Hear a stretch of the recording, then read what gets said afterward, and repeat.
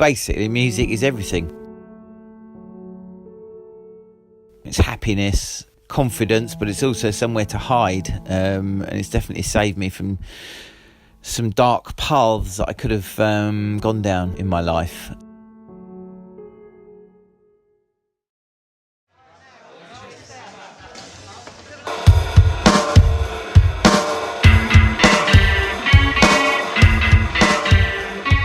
Probably started playing at about 17, but music meant more to me earlier than that, you know, in my early teens. So, and it's all I've ever wanted to do: write songs, be in a band, and play live gigs. Yeah! That track was part of our 365, which is 365 songs we're releasing this year. Yeah, one a day. At 365, it was a bit like a huge dam that had welled up with frustration, pain, sadness, and it came out in writing the 365. Somehow I managed to channel all of the sorrow into music. But if I think about sitting down and trying to do it now, to be honest, I don't know if I could. I think at the time it just flowed out like some kind of crazy psychotic adrenaline rush. It's probably how I could probably best describe it.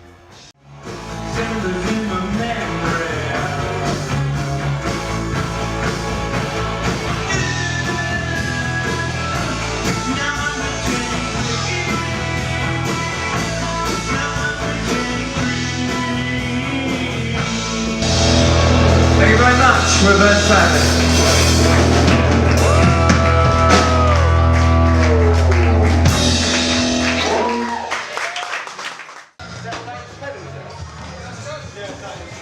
The getting the band together was the easy, because the core musicians were all ex-members of the Tuesday Club and people I've worked with, in some cases, for over 20 years. I mean, the writing the songs themselves wasn't the hard part as such. It's been the affording to get the production and just the constant organisation of uploading to all of the different websites and just trying to keep the PR going. So they're the harder parts, definitely.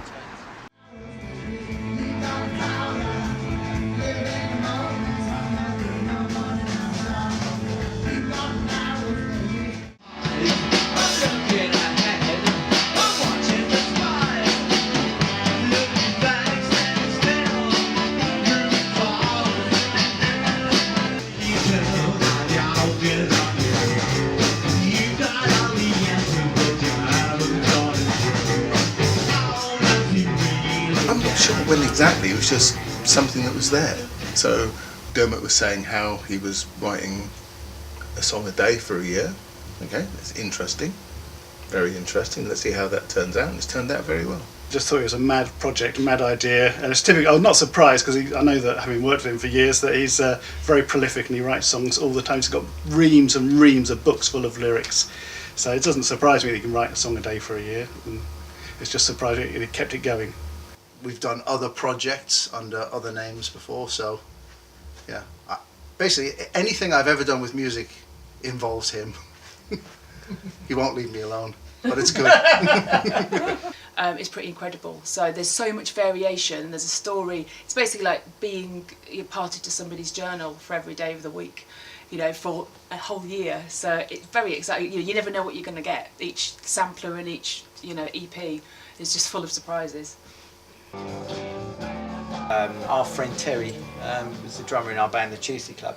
Terry died, and I decided that I was going to do something. I didn't know what, and I thought, well, what can I do? What do I know what I can do? And the only thing I really am any good at is writing songs. So I thought, right, I'm going to write songs. I'm going to write a certain amount of songs. And I thought, well, 365 songs seems an easy thing to do, write a song a day. I didn't mean it was easy as such, but that's a project to aim for. So I didn't write one a day. Some days I write about 7. They sort of flow out of your brain.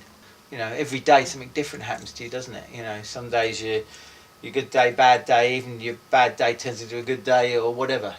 Someone phones you up, ruins your day. Someone phones you up, makes your day. You eat something, makes you feel sick. You eat something, makes you feel happy. Drink loads of drink, makes you drunk. Come up with all the ideas. So that's it really. And all the people you see and meet during the day, and people who make you happy, people who don't. And you know, you've got social media going on these days. You're not short of ideas really.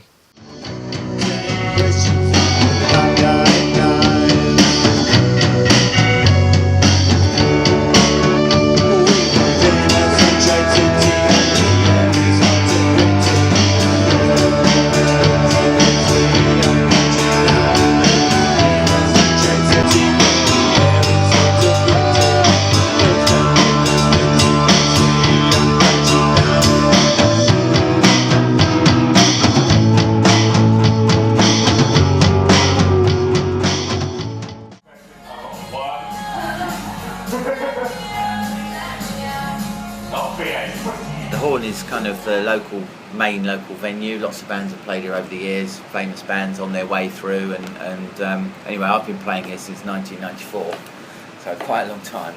And this is where we met Terry initially, because we'd advertised for a drummer in the band that I was in at the time, The Scratch, and Terry answered the advert, and he said, you know, I'll come down to rehearsal. And we said, well, why don't you come and see us play? We're doing a gig on the Saturday or whatever. And so he said, okay, I'll come down. And he was there, and he said, well, let me have some songs. I'll learn them for rehearsal. So he came down to rehearsal like the next week, and he learned all the songs absolutely perfectly. You know, it was almost like he'd been in the band for, well, forever. This is a gig we did at Paper Dress Vintage Shop in Old Street. It was a great venue. Basically the band set up in the shop window, so behind there is the actual shop window, so Terry's actually sitting in the shop window there, and this is one of our favourite kind of shots of him. Focused, he used to say this thing, focus, and that's kind of what he's doing there. So that was Paper Dress. Terry was the catalyst for the 365 project. And his death marked the terrible peak of, well, a tremendously dark and stressful couple of years. At 365, it was a bit like a huge dam that had welled up with frustration, pain, sadness.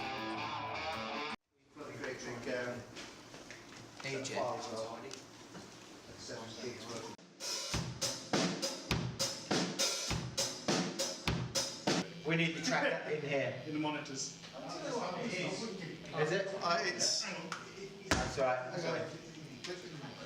Click your dongle. Our friend Terry is the drummer. Yeah, this is like one of those kind of art installations you go to at the Tate Gallery.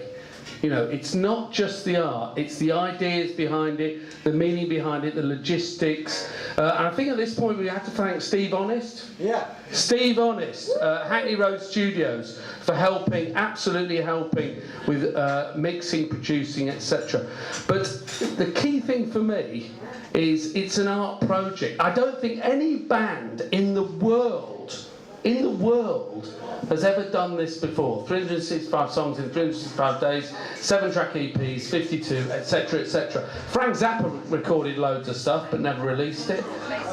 You know, there's other phenomenal kind of, you know, but for me, you know, we have to keep this kind of music, not this kind of music, these kind of efforts, that's a terrible word. It's all right, carry on. Yeah, these kind of achievements going. So please put your hands together for the Reverse Family!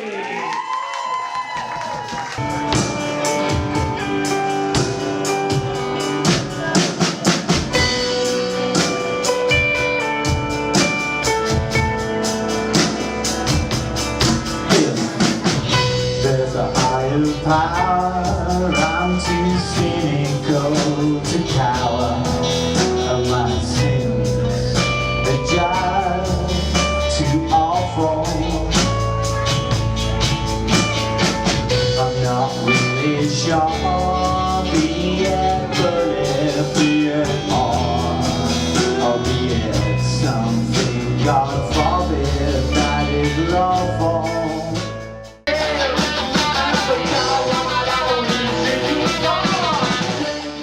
Well, I'm actually going to do Mark Bolan and David Bowie because I'm going to mix the two things because two of my massive, biggest heroes and influences.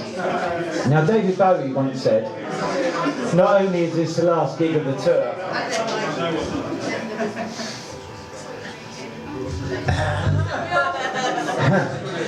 He didn't get like that. He said, not only is this the last gig of the tour, this is the last gig we're ever going to do. And this is true of the West family. This is the end tonight.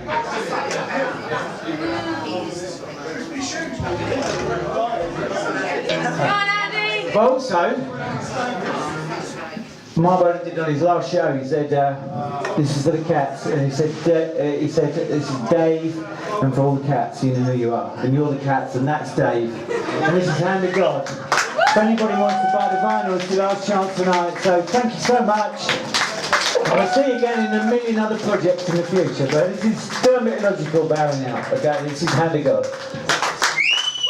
There's a lot of people who've said how crazy and great it seems to them. You know, it's sort of in the background, but the people who've been really out there and vocal have made a massive difference to me and kept me on track. And finally, I'd like to obviously hope that from wherever he is now, that Terry would be proud of still being part of my music.